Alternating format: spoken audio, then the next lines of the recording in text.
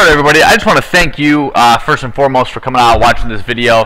You know, we kind of talked about this the first day of practice, how we are getting to the point now where if we want to be successful travel baseball players and kind of beyond, we have to put in a lot of work just outside of practice. And I think that's a really good thing for our kids to preach. You know, just like we do with homework, if the kids want to be successful in the classroom, they have to go home and they have to work outside of just their 40 minutes, 45 minutes they get a day in class. And so by you watching this video, I think you're really helping your son out as far as his baseball development. I think this is really critical. So the purpose of us putting these videos together is simply so we are all on the same page. As far as if you're at home working with your son, some key points that you can easily take away and some what we call checkpoints to make sure that your son is doing while he is working with you. And these are going to go along great with the drills that are also on the website. All right, so we're going to be looking in this video at 3 professional pitchers. The first pitcher we're going to look at is Justin Verlander. The second pitcher is David Price. And the third pitcher is Roy Oswalt. Now, Verlander and Price are the last 2 Cy Young Award winners in the American League. And then Roy Oswalt is just a great example because Roy Oswalt's probably about 5'7", 5'8", and he's been an incredible major league pitcher for years now. But by looking at these 3 pitchers, we're going to look at some basic things that we want to see out of all of our kids when they're on the mound. Okay, so the first pitcher that we're going to look at is Verlander. Verlander, I'm just going to kind of let this first time go through and you guys can see in slow motion. But Verlander has probably been the most dominant pitcher in Major League Baseball for the past probably 3 years or so. All right, so all 3 of these clips are going to be in slow motion. We're just going to kind of go through, look at some key points, and just break them down. Okay, so there's Verlander in slow motion. Now, there are a couple things that I want to kind of hit on right now. All right, so here's Verlander starting. Now you'll notice that all 3 of these pitchers actually start off in the windup. With your sons, when they are going through and they are working on pitching with us, they will not go in the windup until they are about 13 or 14 years old. My 14-year-old team, they just started throwing out of the windup, most of them just last year. Some of them still throw only out of the stretch. And what we're going to see with the windup and the stretch is that all 3 of these pitchers do things very, very differently out of the windup. And it's not until they kind of pick their leg up, which is essentially the start of the stretch, that the consistencies kind of come about. So I'm not worried about windups or anything like that. I'm worried about what happens once they pick their leg up. All right, so when we go through and we look at Verlander, okay, the first kind of main point that I want to talk about is this idea of what a lot of people know as a balance point. Okay, now when I think of a balance point from a learning standpoint, I think of a balance point as a point in time when you stop and you kind of gather everything that you have. And when you look at all these pitchers, that's not really the case. That doesn't really happen. And I was taught the idea of balance point. I know that probably a lot of you, if you played baseball, were also taught the idea of a balance point. But when we go through and we look at Verlander, we see that he really does not have a balance point. So that's why when I talk to kids and teach them about pitching, the first thing that I talk to them about when they bring that leg up is the idea of balanced rhythm. You look at Verlander, Verlander never stops. He's always in control, and his weight is always kind of inside of his hips, but he never stops. All right, let's go through and look at that kind of one more time. But we look at Verlander. Oops. And he's always going, he's always moving forward, right towards the plate until he gets to his landing point right there. Okay, so we look at Verlander. There are a couple things we want to look at. The first thing I want to look at with Verlander is the idea of what's known as what I call equal and opposite. And when I talk about equal and opposite, I refer to our arm action versus what our glove is doing. Okay, so what I mean by that is if we look at Verlander's arm, we see he's in this kind of shape right here. It's kind of an L shape. He's right above 90 degrees. Well, we want to do that same thing, and Verlander does a pretty good job of this. We want to do the same thing with our arm that we are doing with our glove. So our glove side, which is our front side, has to mirror what we're doing with our arm side. So that's a really critical point that we want to look at. Okay, so the idea of equal and opposite and mirroring our glove side with our throwing side. Okay, so that's the first thing I want to look at with Verlander. Now, the second thing I want to look at is when we look at Verlander, we see right here that with his front leg is very, very stiff. Okay, the biggest issue that I see with young pitchers is when they plant that front leg, what's going to happen next is that knee is going to collapse, and that causes a lot of issues. But watch Verlander. If we go through and we look at Verlander, you're going to see that instead of that front knee collapsing, it's actually going to straighten out into and what we call this kind of a stiff front side. So you watch Verlander's knee and it stiffens out. Okay, right there's a great example. Straight 90 degrees. It's actually even inverted a little bit. But what that does is that causes a quick stop in his body momentum and allows for something called torque. And we're going to look at torque in a little bit. But by that stiff front side, that allows him to use all of his body weight to generate momentum towards the plate. All right, and so we look at Verlander's finish, and that's pretty much all with Verlander, but I'm going to probably go back to a couple talking points with him. Now, the next person we're going to look at is David Price. David Price is the 2012 Cy Young Award winner, and again, we're going to look at him in slow motion.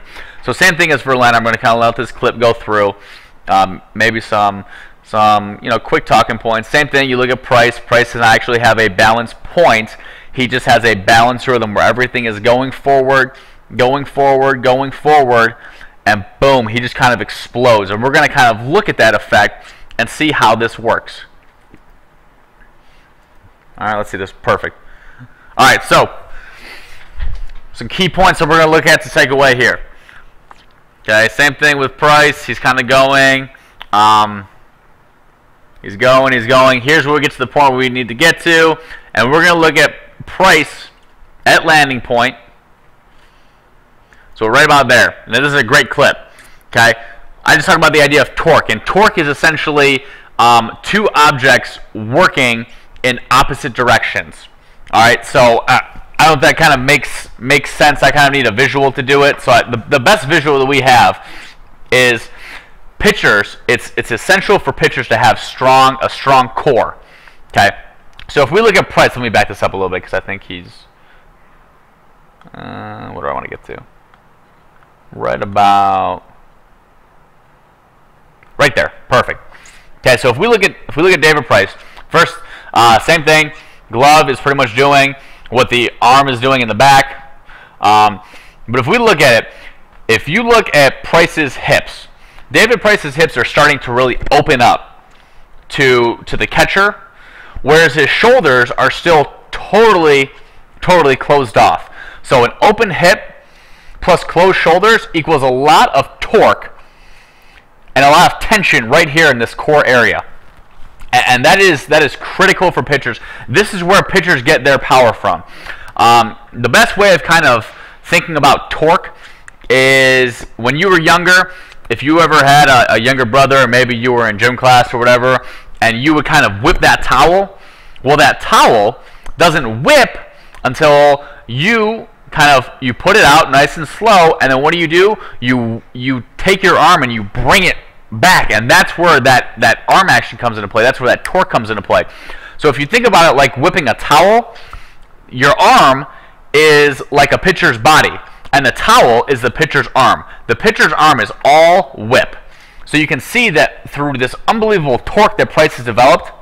We're going to go through slow motion and just watch how his arm just whips through. Okay, you look at it, I mean right there, that's all whip, because his body has created so much momentum towards the plate through his balanced rhythm and his torque and his abs and his core that he's able to just whip that ball right on through. So we look at it and we finish, boom.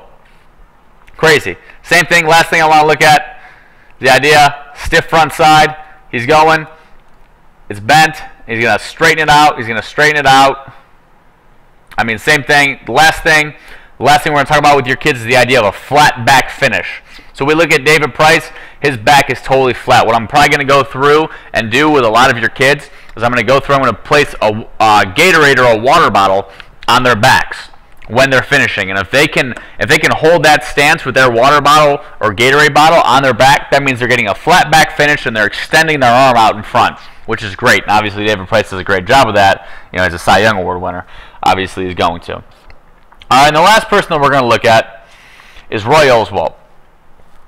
Now you guys can look at Oswalt and you can see, holy crap, he's 5'7", 5'8". But the one thing I want to look at with Oswalt is watch how unbelievable it is, the amount of body weight that he gets going. Again, same thing. You look at it. He's never off balance, but he's always in rhythm. Balanced rhythm. He's going, and he's generating all that momentum right toward the plate. I mean, think about it. We want to create energy and we want to create momentum towards the plate. So there's his balance point. Let's go back a little bit. Right about there. All right, so you can see one of the things that Oswalt does a great job of what I kind of call backside thunder. He takes that backside and he just rips it through. And you look at how big his stride is, it's pretty incredible. But again, what's the main focus and the most important thing of this long stride? The most important thing of the long stride is ensuring that we get a stiff front leg. Okay, so there he is, and kind of watch what his leg does. His leg never collapses. He's going to come up, and that thing just straightens out. And just look at how low to the ground he is. It's pretty incredible. And boom, stiff front side, stiff front side, stiff front side. And you'll notice that none of these guys, we always talk about it, I'm sure a lot of you dads, if you're a pitch, you always want to finish in a good fielding position. Well, none of these guys finish in a good fielding position. They finish in a good pitching position, which is the most important thing. So if you look at that front leg, kind of what I think about when I look at that front leg is I think about like a tetherball pole. You have a tetherball pole, and that tetherball creates momentum because that pole is stiff.